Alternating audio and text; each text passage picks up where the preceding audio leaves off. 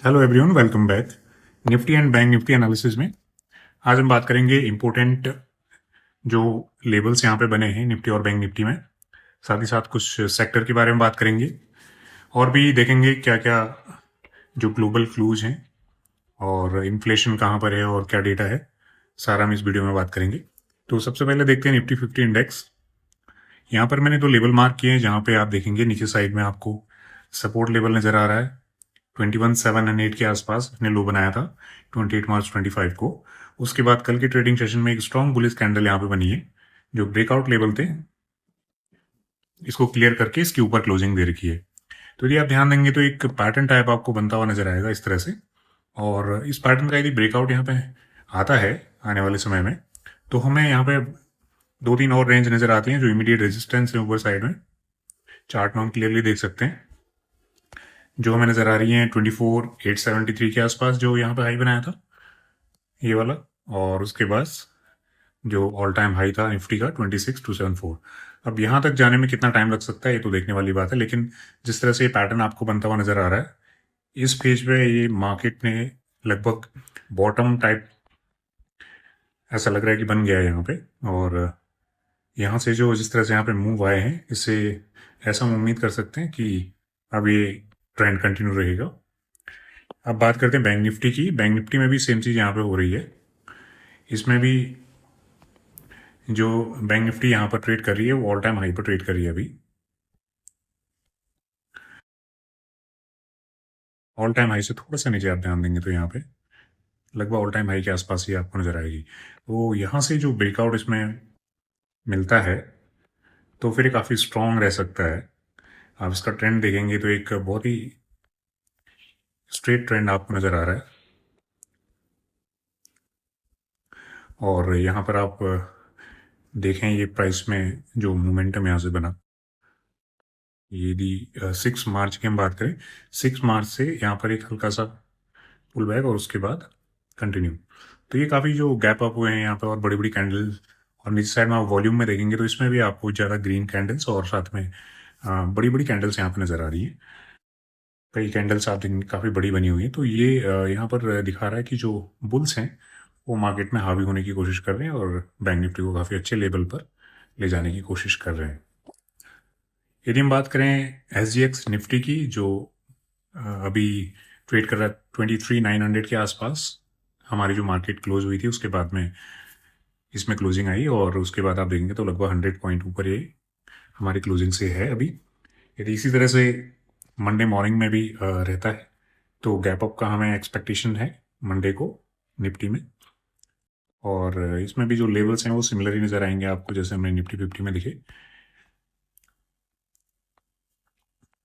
इसके बाद हम बात करते हैं इंडिया विक्स इंडेक्स की, जो फियर एंड ग्रीड का जो हमारा पैमाना है यहाँ पर, विक्स जिसे बोलते हैं वॉलेटिलिटी इंडेक्स, ये भी 15.46 पर है। 15.46 यानी ये लगभग बीच में है, ना ज़्यादा फियर है और ना ज़्यादा ग्रीड है। एक बार ये चला गया था लगभग 23 के आसपास चला गया था। तो इसमें क्या होता है जब फियर बहुत ज़्यादा होता है, आप ध्यान देंगे तो मार्केट वहाँ पे ज़्यादा देर तक रहती नहीं है। आप कई बार ये देखें यहाँ पर भी जब भी फेयर ज़्यादा रहा उसके बाद आप देखें ये अपने बीच में आने की कोशिश करता है, एक बैलेंस बनाने की कोशिश करता है फियर और ग्रीड में। और जब ज़्यादा स्टेबल हो जाता है तब भी आप देखें वहाँ पर ज़्यादा दिन होता है कि टिकता नहीं है। तो फिलहाल ये लगभग बीच में है, तो हम उम्मीद कर सकते हैं कि मार्केट में ज़्यादा फियर न ज़्यादा ग्रीड, यानी वॉलिटिलिटी कम रहने के चांसेस नज़र आएंगे जिस हिसाब से यहाँ पर विक्स दिख रहा है। तो 10 और 20 के बीच में हम इसको देखते हैं। यदि 10 के आसपास है तो हम इसको मानते हैं कि मार्केट में कोई फेयर नहीं है। और 20 की तरफ देखें तो 20 के आसपास है तो काफ़ी फेयरफुल सिचुएशंस होती है। और ये एक महीने के लिए, आने वाले एक महीने के लिए डेटा काम करता है। कॉल और पुट के जो ओपन इंटरेस्ट हैं वहाँ से ये डेटा लिया जाता है, तो वहाँ पर जो भी पोजीशंस बनती हैं उनके बेसिस पे ये निकलता है।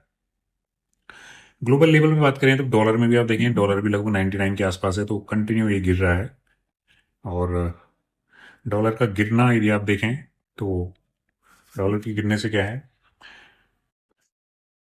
काम करता है हमारे लिए अच्छा होता है क्योंकि जो इंडियन एसेट्स हैं ये काफ़ी अट्रैक्टिव होने लगते हैं और एफ का इंटरेस्ट इसमें बढ़ता है, जिसकी वजह से भारतीय बाजारों में तेज़ी देखने को मिलती है।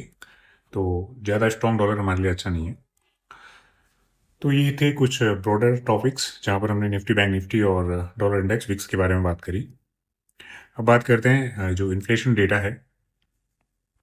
इन्फ्लेशन डेटा आप देखेंगे तो ministry of statistics and programme implementation ये यहाँ पे देता है।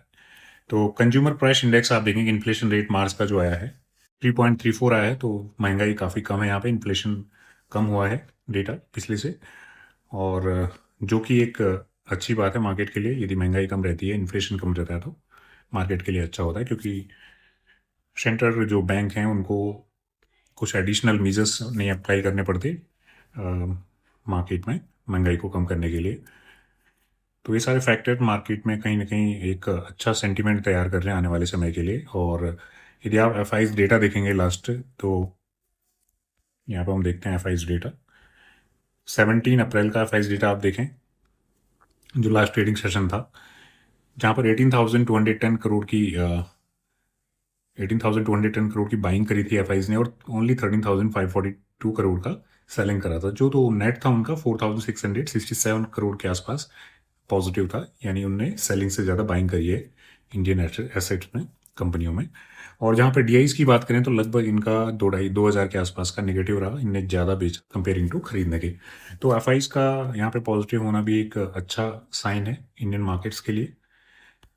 तो कुल मिला के जो सेंटीमेंट बन रहा है अभी मार्केट का, जिस हिसाब से आप चार्ट पर देखें ब्रेकआउट के आसपास, और बैंक निफ्टी ने ब्रेकआउट दिया है, यहाँ पर भी एक रेंज का ब्रेकआउट है, और आप देखें डॉलर भी वीक हो रहा है, इन्फ्लेशन भी कम आया है, और एफ भी बाइंग कर रहे हैं। तो सारे डेटा को आप देखेंगे तो मार्केट के हिसाब से सारा पॉजिटिव एक सेंटीमेंट यहाँ पे बना रहा है, इसमें खास कुछ नेगेटिव नहीं है। यदि ग्लोबल स्टेबिलिटी बनी रहती है, फिलहाल है नहीं, टैरिफ की वजह से काफ़ी डिस्टर्बेंस चल रहा है सप्लाई चेन में और प्राइसेस में। तो यहाँ पर यदि बैलेंस कुछ बड़ा चेंज नहीं होता है ग्लोबल लेवल पे, तो मार्केट में आने वाला वीक ऐसा लगता है कि काफ़ी अच्छा रह सकता है, जिस हिसाब से हमें क्लूज और डेटाज यहाँ पे दिख रहे हैं। तो फ्रेंड्स, इस तरह की रेगुलर एनालिसिस के लिए आप मेरा चैनल सब्सक्राइब कर सकते हैं। वीडियो को देखने के लिए धन्यवाद।